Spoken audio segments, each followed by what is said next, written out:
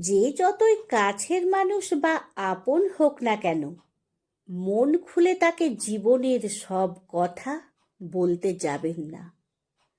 মনে রাখবেন, এই জগতে বিশ্বাসের দাম কেউ রাখে না। মানুষ হলো আপাদমস্তক একটি স্বার্থমগ্ন প্রাণী। সে ততক্ষণই আপনাকে প্রায়োরিটি লিস্টে রাখবে যতক্ষণ তার আপনাকে প্রয়োজন থাকবে।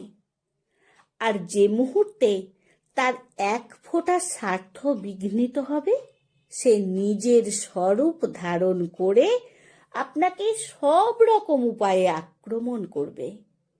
তখন তার অস্ত্র হবে আপনার বলা কথাগুলো, যাকে একান্তে আপন এবং বিশ্বাসী মনে করে আপনার অত্যন্ত সিক্রেট কথাগুলো শেয়ার করেছিলেন। তাকে হাতিয়ার বানিয়ে সে আপনাকে দুর্বল জায়গায় আঘাত করবে। আপনার শত্রুপক্ষের সঙ্গে ভাব জমাবে এবং আপনাকে প্রতি মুহূর্তে বিব্রত করে তুলবে। সূঁচ হয়ে ঢুকে ফাল হয়ে আপনার বিশ্বাসটাকে ফালা ফালা করে দিয়ে বেরিয়ে যাবে। তাই সব কথা শেয়ার করবার দরকার নেই। আমরা প্রত্যেকেই বোধহয় মনের সঙ্গে বেশি কথা বলি।